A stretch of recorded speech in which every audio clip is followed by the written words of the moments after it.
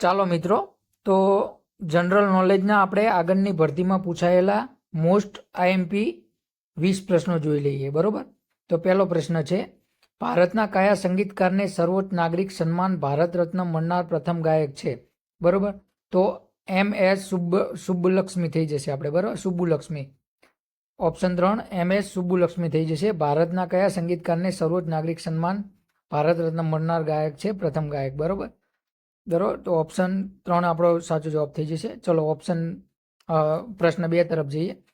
2018માં ઓડિસી નૃત્ય માટે સંગીત નાટક અકાદમી પુરસ્કાર કયા ભારતીય નૃત્યાંગનાએ જીત્યો હતો? તો શું આમાં જવાબ આવશે? આમાં આપણે જવાબ આવશે સુરૂપા સેન.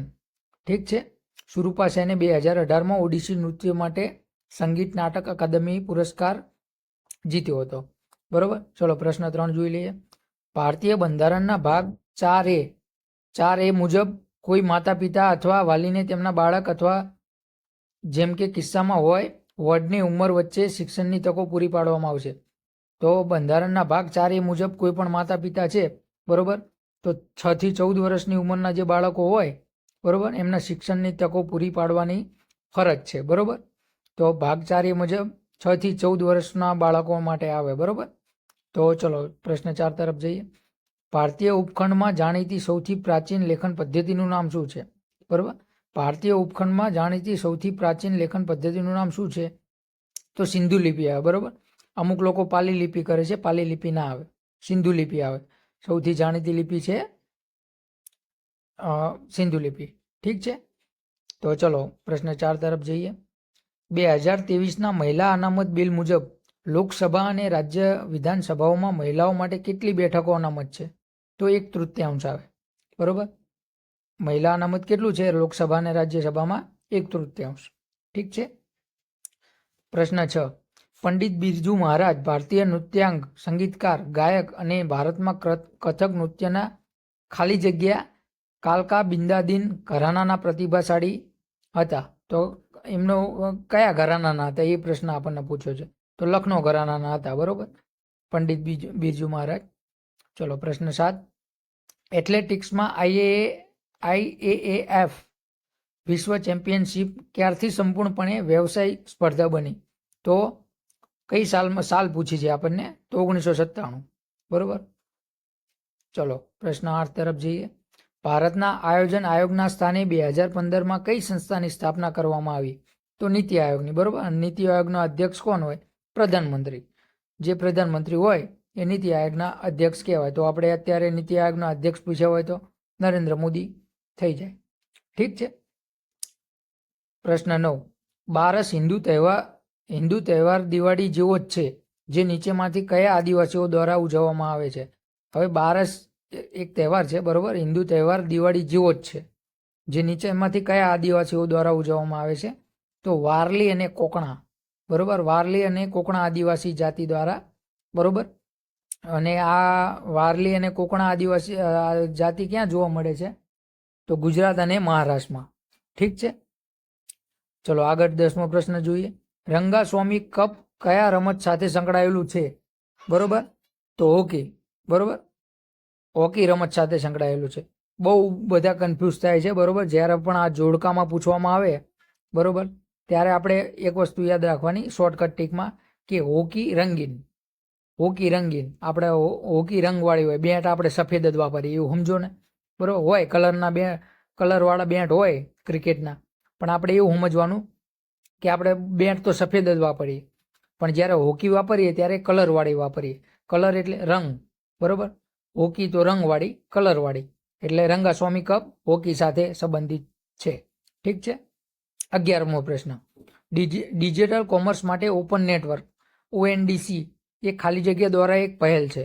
તો કોના દ્વારા? ઉદ્યોગ અને આંતરિક વેપારના પ્રોત્સાહન માટે વિભાગ. બરોબર, એના દ્વારા એક પહેલ છે. ઠીક છે. 12મો પ્રશ્ન, ખાલી જગ્યા મુદ્રા પુરવઠાનું સૌથી સામાન્ય રીતે ઉપયોગમાં લેવાતું માપ છે? તો M3 આવે. બરોબર, આગળનો પ્રશ્ન 13મો પ્રશ્ન, ભારતની પ્રથમ આર્થિક વસ્તી ગણતરી, બરોબર, ભારતની પહેલી વસ્તી ગણતરી ક્યારે થઈ હતી એ આપણને આમાં પૂછ્યું છે. બરોબર, જ્યારે ભારતની પ્રથમ વસ્તી ગણતરી થઈ ત્યારે લક્ષદ્વીપ સિવાય સમગ્ર દેશમાં હાથ ધરવામાં આવી હતી. લક્ષદ્વીપને એક ધ્યાનમાં નહોતું લેવામાં આવ્યું, બાકી બધા કેન્દ્ર શાસિત પ્રદેશ અને રાજ્યોને ધ્યાનમાં લેવામાં આવ્યા હતા. તો ક્યારે પહેલી વસ્તી ગણતરી થઈ હતી, આર્થિક વસ્તી ગણતરી? તો 1977માં. ઠીક છે. પ્રશ્ન 14, સત્યશોધક સમાજના સ્થાપક, આખા ગામને ખબર હોય, જ્યોતિરાવ ફૂલે. ઠીક છે. 15મો પ્રશ્ન, 23 મે 2023ના રોજ ભારતીય સ્પર્ધા પરિષદ CCIમાં અધ્યક્ષ તરીકે કોણ જોડાયા હતા? બરોબર, તો શું આવશે? રવિનીત કૌર. ઠીક છે. 23 મે 2023ના રોજ ભારતીય સ્પર્ધા પરિષદ CCIમાં અધ્યક્ષ તરીકે જોડાયા હતા, તો રવિનીત કૌર. 16મો પ્રશ્ન, જ્યારે મેન્ડેલીવે પોતાનું કાર્ય શરૂ કર્યું ત્યારે તે સમયે કેટલા તત્વો જાણીતા હતા? મેન્ડેલીવે જ્યારે, કહેવાનો મતલબ તત્વોનું કહેવાનો મતલબ જોડ્યા, બરોબર, ત્યારે એ સમયે ઓલરેડી કેટલા તત્વો શોધાયેલા હતા કે જાણીતા હતા? તો ઓપ્શન 3 આવશે જવાબ, 63. ઠીક છે.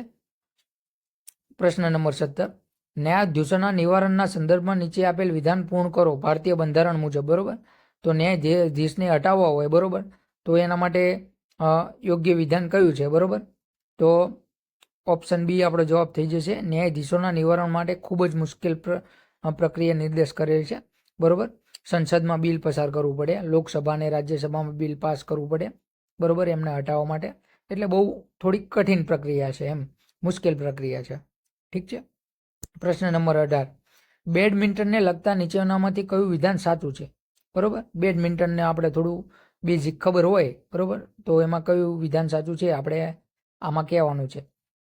તો બેડમિન્ટનની રમતની શરૂઆતમાં અને સ્કોર સમાન હોય ત્યારે સર્વર ડાબા સર્વિસ કોર્ટમાંથી સર્વ કરે છે.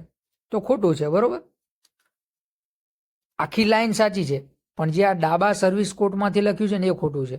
બરોબર, બેડમિન્ટનની રમતમાં શરૂઆતમાં અને સ્કોર બરાબર હોય ત્યારે સર્વર જે છે એ અહીં જમણા આવે, ડાબાની જગ્યાએ જમણા આવે, જમણા સર્વિસ કોર્ટમાંથી સર્વ કરે છે. એટલે પહેલું વિધાન આપણું ખોટું થઈ જશે. ઠીક છે. પછી બીજું વિધાન શું છે? સર્વર અને રિસીવર હંમેશા વિરુદ્ધ સર્વિસ કોર્ટમાં પરંતુ એક જ બાજુ ઊભા હોય છે. બરોબર, તો સર્વર અને રિસીવર હંમેશા વિરુદ્ધ સર્વિસ કોર્ટમાં, બરોબર, વિરુદ્ધ સર્વિસ કોર્ટમાં હોય છે. સર્વર અને રિસીવર જે હોય છે એ વિરુદ્ધ સર્વિસ કોર્ટમાં હોય છે, એ વાત સાચી છે, પરંતુ એક જ બાજુ ઊભા રહે છે. બરોબર, એ ખોટું છે. એક બાજુ ના ઊભા રહે, થોડાક ત્રાંસા ઊભા રહે એમ. બરોબર, આમ એકદમ સીધા ના ઊભા રહે, થોડા ત્રાંસા ઊભા રહે એમ.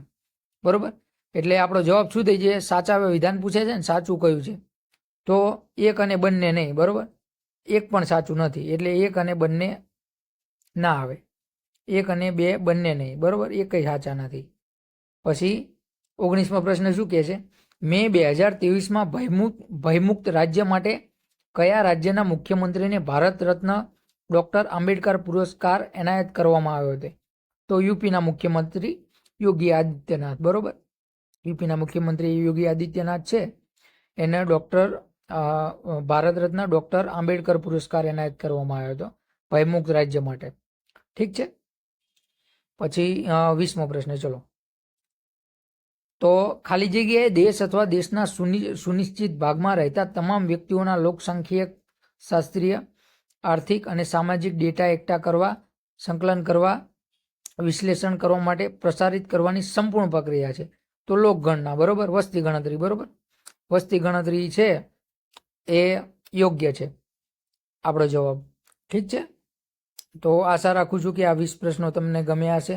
બરોબર, જો પ્રશ્નો ગમ્યા હોય ને બીજા આવા 20 પ્રશ્નોની, આ બધા પ્રશ્નો એવા છે જે આગળની પરીક્ષામાં પૂછાઈ ચૂકેલા છે. બરોબર, તો તમને આઈડિયા રહે કે આગળની ભરતીમાં આપણે કેવા પ્રશ્નો આવશે, એ આપણને થોડો આઈડિયા રહે. બરોબર, તો આશા રાખું છું કે તમને વિડીયો ગમ્યો હશે. વિડીયો ગમ્યો હોય તો ચેનલને સબસ્ક્રાઈબ કરો અને વિડીયો તમારા મિત્રો સાથે શેર કરો. બરોબર, થેન્ક યુ.